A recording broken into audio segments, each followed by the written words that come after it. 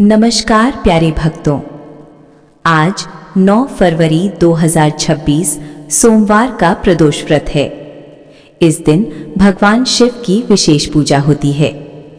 प्रदोष काल सूर्यास्त के समय शुरू होता है और इसका महत्व अत्यंत फलदायी है। प्रदोष काल सूर्यास्त के समय में भगवान शिव को बेलपत्र, जल और सफेद चंदन अर्पित करने से विशेष कृपा बरसती है। इसके साथ ही यदि आप कच्चे चावल, लौंग का जोड़ा कष्ट मुक्ति के लिए या शहद और दूध से अभिषेक करते हैं तो महादेव अत्यंत प्रसन्न होते हैं।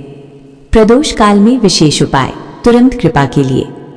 आंख के फूल। प्रदोष व्रत पर आंख के फूल चढ़ाना अत्यंत शुभ है। लौंग का जोड़ा। शिवलिंग पर लौंग का जोड़ा चढ़ाने से बुरी नजर से बचाव और एकाग्रता बढ़ती है। बेलपत्र। भगवान शिव को बेलपत्र सबसे प्रिय है, इसे विशेष रूप से अर्पण करें। सफेद रंग की वस्तुएं। दूध, दही, घी और शहद से अभिषेक, पंचामृत करें। दीपक जलाएं। शाम के समय एक दीपक जलाकर भगवान शिव और माता पार्वती की पूजा करने से तत्काल लाभ मिलते हैं। ध्यान दें, मान्यता के अनुसार इन उपायों को प्रदोष काल सूर्यास्त के समय में करने से आर्थिक लाभ और सभी कष्टों का नाश होता है। बहुत समय पहले की बात है। एक छोटा सा गांव था। गांव का नाम था शिवपुर। उस गांव में एक निर्धन लेकिन अत्यंत श्रद्धालु गृहस्थ रहता था। नाम था हरिदास। हरिदास के जीवन में कष्ट ही कष्ट थे। घर में धन की कमी, स्वास्थ्य ठीक नहीं और मन में हर समय चिंता। एक दिन प्रदोष व्रत आया। सूर्य अस्त होने ही वाला था। आकाश में लालिमा फैल चुकी थी और मंदिर की घंटियां धीरे धीरे बजने लगी। हरिदास ने किसी से कुछ नहीं मांगा, बस घर में जो था वही लेकर निकल पड़ा। उसके पास न सोना था न चांदी, बस एक लोटा जल, 3 बेलपत्र, थोड़ा सा सफेद चंदन और सच्चा मन। जैसे ही सूर्य अस्त हुआ, प्रदोष काल आरंभ हुआ। हरिदास ने शिवलिंग के सामने दीपक जलाया, हाथ जोड़कर बोला, हे भोलेनाथ, मेरे पास देने को कुछ नहीं, पर जो है वही समर्पित है। उसने शिवलिंग पर पहले जल चढ़ाया, फिर बेलपत्र अर्पित किया और अंत में सफेद चंदन लगाया। उस पल मंदिर में एक अलग ही शांति छा गई। तभी वहां एक वृद्ध साधु प्रकट हुए, जिनकी आंखों में अद्भुत तेज था। साधु ने कहा, वत्स, तुमने प्रदोष काल का रहस्य जान लिया है। साधु ने हरिदास की ओर देखा। उनकी आवाज बहुत गंभीर थी, पर उसमें अपार करुणा थी। साधु बोले, वत्स हरिदास, प्रदोष काल में जो सच्चे मन से शिव को जल और बेलपत्र अर्पित करता है, उसके जीवन में अटके हुए भाग्य भी चल पड़ते हैं। ये कहकर साधु ने हरिदास के हाथ में 2 लौंग रख दी।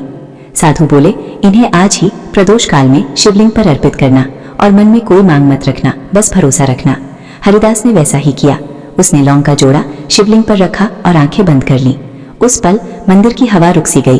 दीपक की लौ बिना हिले जल रही थी। तभी हरिदास ने आंख खोली। साधु वहां नहीं थे, लेकिन शिवलिंग से हल्की सी सुगंध उठ रही थी और मन में एक अजीब सी शांति उतर आई थी। उसी रात हरिदास ने जो स्वप्न देखा, वही उसके जीवन की दिशा बदलने वाला था। स्वप्न में क्या हुआ, शिव ने क्या संकेत दिया और सुबह होते ही क्या चमत्कार घटा। उस रात हरिदास गहरी नींद में चला गया और तभी उसे एक अद्भुत स्वप्न दिखाई दिया। स्वप्न में उसने देखा, घोर अंधकार है, चारों ओर शांति है और बीच में तेज प्रकाश प्रकट हो रहा है। उस प्रकाश से स्वयं भगवान शिव प्रकट हुए। जटाओं से गंगा बह रही थी, मस्तक पर चंद्रमा शोभित था और त्रिनेत्र से करुणा झलक रही थी। महादेव ने मंद स्वर में कहा, वत्स हरिदास, तूने प्रदोष काल में मुझे बेलपत्र, जल और लौंग अर्पित किए। तूने कुछ मांगा नहीं, इसीलिए मैं स्वयं देने आया हूँ। हरिदास भय और आनंद से कांप उठा। उसने हाथ जोड़कर कहा, प्रभु, मेरे कष्ट कब समाप्त होंगे। महादेव मुस्कुराए और बोले, कल सूर्य उगने से पहले तू एक काम करेगा। यहीं पर महादेव ने जो उपाय बताया, वही तुरंत कृपा का रहस्य है। महादेव ने हरिदास से कहा, वत्स, कल सूर्य उदय से पहले तो उठकर स्नान करेगा, फिर एक साफ सफेद वस्त्र धारण करेगा, फिर एक लोटा जल, 3 बेलपत्र और एक दीपक लेकर फिर से मेरे मंदिर आना। हरिदास ने कांपती आवाज में पूछा, प्रभु, क्या मैं कुछ और भी चढ़ाऊं। महादेव बोले, नहीं वत्स, प्रदोष काल में जो अर्पण हुआ वही पर्याप्त था। अब केवल श्रद्धा और संयम चाहिए। ये कहकर महादेव ने अपना त्रिशूल भूमि पर रखा और बोले, जहां ये त्रिशूल दिखाई दे वहीं तेरा मार्ग खुलेगा।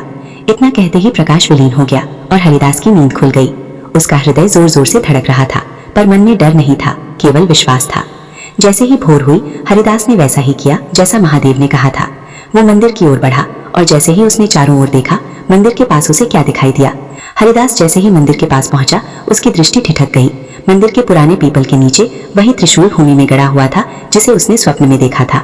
उस पल हरिदास के शरीर में सिहरन दौड़ गई। आंखों से अश्रु बहने लगे। वो समझ गया ये स्वप्न नहीं था, ये महादेव का संकेत था। उसी समय गांव के कुछ लोग वहां इकट्ठा हो गए। उनमें से एक वृद्ध ने कहा, हरिदास, ये भूमि वर्षों से बंद पड़ी थी, किसी ने कभी यहाँ खुदाई नहीं की। हरिदास ने कुछ नहीं कहा, उसने केवल त्रिशूल के पास दीपक जलाया और मन ही मन ओम नमः शिवाय जपने लगा। कुछ ही क्षणों में वहां की मिट्टी अपने आप धंसने लगी और तभी भूमि के भीतर से एक पुराना शिवलिंग प्रकट हुआ। पूरा गांव स्तब्ध रह गया। सबके मुख से एक ही स्वर निकला, हर हर महादेव। उसी दिन से वो स्थान सिद्ध शिव स्थल बन गया और हरिदास, जिसे लोग कल तक निर्धन कहते थे, आज उसे शिव का प्रिय भक्त कहने लगे। लेकिन कथा अभी पूरी नहीं हुई है। प्रदोष काल में सच्चे मन से शिव को जल, बेलपत्र, लौंग, पंचामृत और दीपक अर्पित करने से तुरंत कृपा प्राप्त होती है।